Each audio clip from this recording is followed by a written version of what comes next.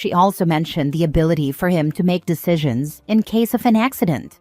The judge refused to grant the guardianship request. She told my ex that, given our past and given our kids had two active parents, it was not necessary to give him all that legal access.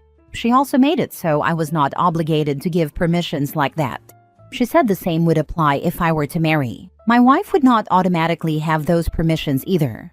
My ex asked if that included the emergency contact list at school, and the judge said yes, that included the emergency contact at school. That brings us to now. My ex wanted me to consent to the full decision-making and permissions anyway.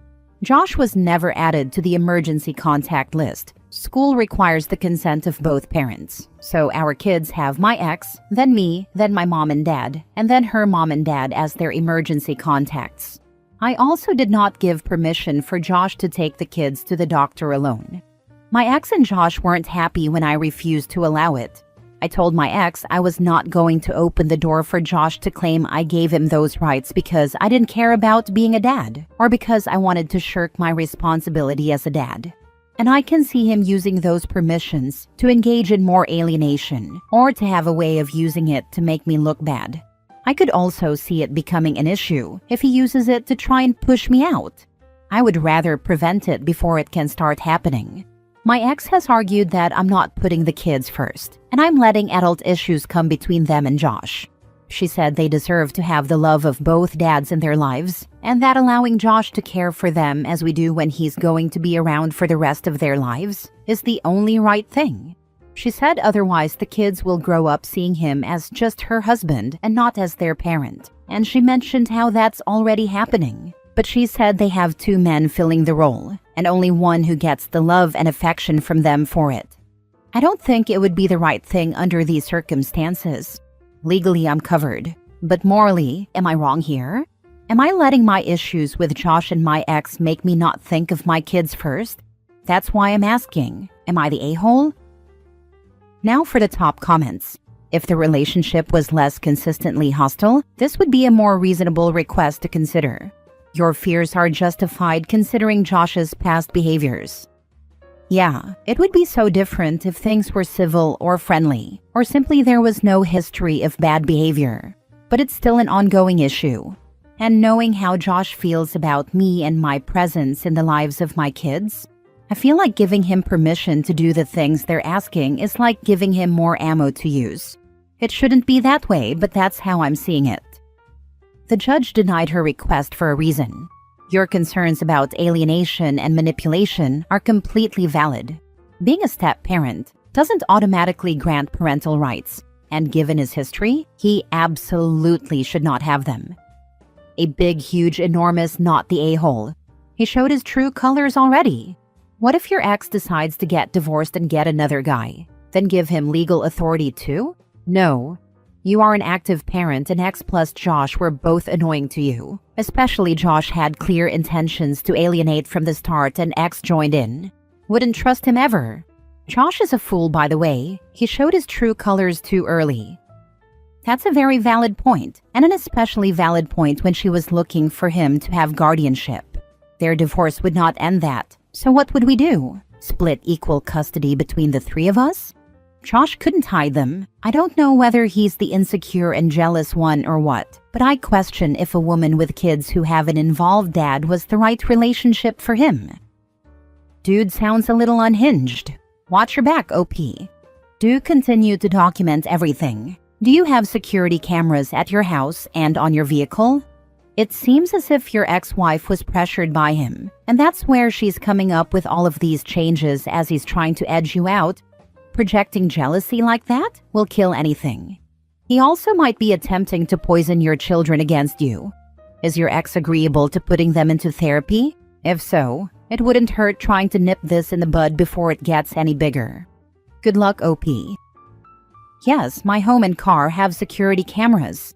Actually, all of my neighbors have them as well.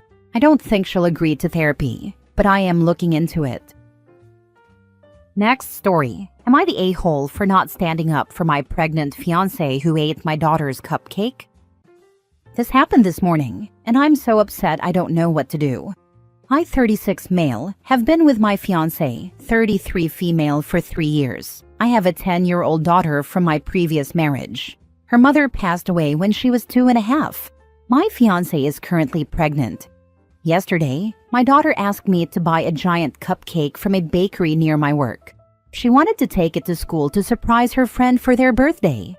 I also bought an extra cupcake for my fiancé. She devoured hers right away. My daughter was really excited and put a nice ribbon around the box before leaving it in the fridge to take to school in the morning. Apparently, my fiancé craved it in the middle of the night and ate the other cupcake. This morning, my daughter woke up to a big, disappointing surprise. She started crying and screaming. I asked my fiancé why she did that, and she said her craving was so bad she couldn't sleep. Then she yelled, "It's called being pregnant, jerks." My daughter screamed that she hates her and the baby already. I told her, "I'll buy another one today and maybe drop it off so you can give it to your friend after school." She said, "Don't bother." Later, my fiancé texted me saying she's upset that I didn't stand up for her when my daughter was mean and that my daughter and I owe her an apology. I'm sitting in my car wondering what the heck to do. Was I an a-hole for not standing up for her? I feel lost. It was clear the cupcake was for your daughter and her friend.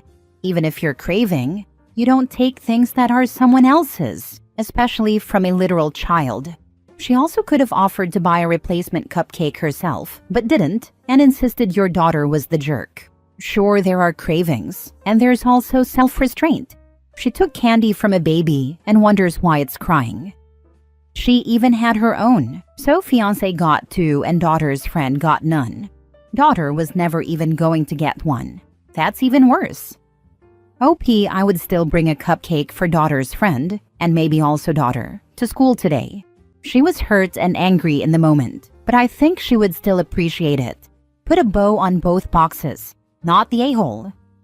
The only one whom owes anyone an apology is your fiancé. Yeah, she literally called a child a jerk for being upset that she ate something the girl had been looking forward to. I did not read where she apologized at all for eating it. There are some major red flags here, and I feel like she does not care for this girl at all. Her feelings do not matter to this woman. I totally get prego cravings and being fat AF cravings, but she should have been up at the crack of dawn to replace it and apologized for having eaten it. And she should have done everything she could not to eat it. She is using the pregnancy to be herself. Some women behave as if they're the princess of the universe upon being impregnated. They're the main character. Everything has to revolve around their every need. My ex-wife was one of those types. Ex-wife. Next story. Am I the a-hole for thinking it's pathetic that my ex-wife's affair partner couldn't even afford to pay for her tombstone? Almost 13 years ago, my then-wife had an affair with a co-worker. She came clean to me about a few one-night stands she had with him after the fact. At that time, we had our 2 children. Our son was about to be 6 and our daughter was only 3. I left her outright and refused to entertain any form of reconciliation. I was partially vindicated when she went back to her co-worker and started a relationship with him. I will never respect this man and hate him to this day. At the very least, he isn't a drunk or some abuser as far as I can tell. The only issue I have with him is the obvious cheating and his poor financial habits. Her health situation worsened, and during 2016 she discovered her cancer. I'll give this guy credit though. He stuck around and took care of her all the way to the end. But deep down, some part of me is counting down the days until he finds another woman to be involved with.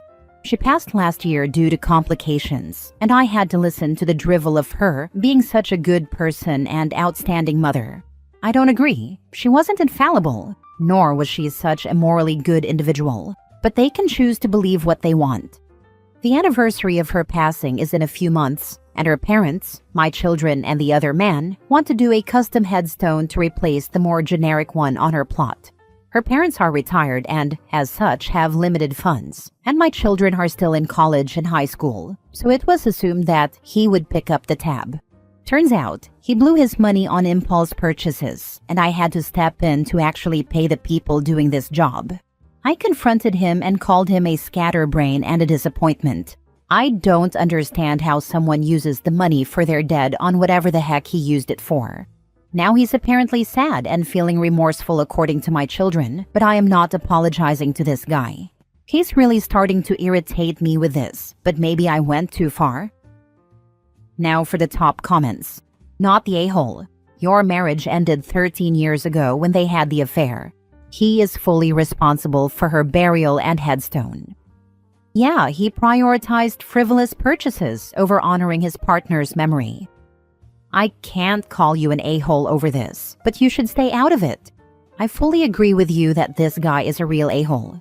The difference is that she's no longer your wife, and this is between her lowlife, good-for-nothing partner and her parents. You should not be involved with this at all. Leave it to her family to worry about. The kids will understand why you did not pay for a marker once they are old enough. This is not something you should be expected to be involved in. We can assume he did this so his children are happy. Hope he is not the a-hole, because he is allowed to tell this guy that he is a disappointment for blowing money meant for the grave, etc. You can tell the person that they did wrong, but still help. My father would have done something like this as well. Not the a-hole, but get some therapy, my guy. This level of anger after 13 years and a death can't be good for you. You know what? People don't need therapy for every freaking thing. Some people act like bitterness and sorrow is something you just bam get over with in these situations. When people cheat and break up families, it destroys and does horrible damage. The effects are for years and years. That can stick for a very long time. I think it is normal to have ill will to someone who literally tore your life apart. Last story. Am I the a-hole for challenging my stepdad and winning? I, 19 female, live with my mom and stepdad, who got married 3 years ago. My mom is amazing, but my stepdad, Eric, is one of those people who always needs to be right.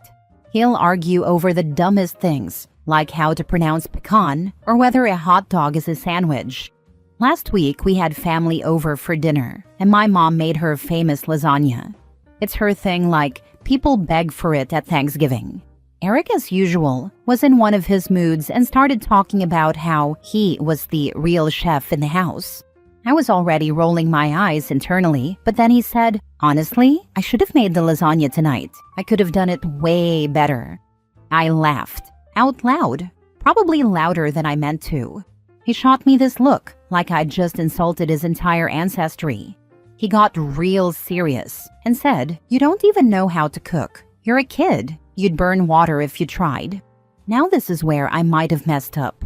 Instead of letting it go, I said, "Oh yeah? If you're so confident, how about a lasagna off?" I thought it was a joke. But my mom, bless her soul, immediately jumped in and was like, "That's actually a great idea. Let's do it this weekend." So Saturday rolls around, and we each make our own lasagna. Mine? I crushed it. My mom even helped a little, but I mostly did it myself. Eric, on the other hand, got cocky and decided to improvise his recipe, adding weird stuff like barbecue sauce and mushrooms. Who even does that? When we did a blind taste test with a family, mine won unanimously. Eric was furious. He accused me of cheating, saying my mom must have helped way more than she admitted. He even said the family was biased against him. My mom told him to chill, but he stormed out of the room. Later, my stepbrother texted me, saying I humiliated his dad and should have just let him win. He said I was being immature and that I should apologize. But like, why? It's not my fault he's a sore loser, right? So, am I the a-hole? Not the a-hole. Sometimes insecure people have to be the best. If they get humiliated in a fair contest, then they deserve to be humiliated. Emotionally immature people tend to be sore losers and blame other people for their shortcomings. I would be very wary of him in the future. He is going to take every opportunity to attempt to humiliate you and make you suffer in the future. He is not going to let this go. That comment nailed it. Your stepdad's ego couldn't handle a fair loss, and now he's lashing out like a kid who lost at Mario Kart.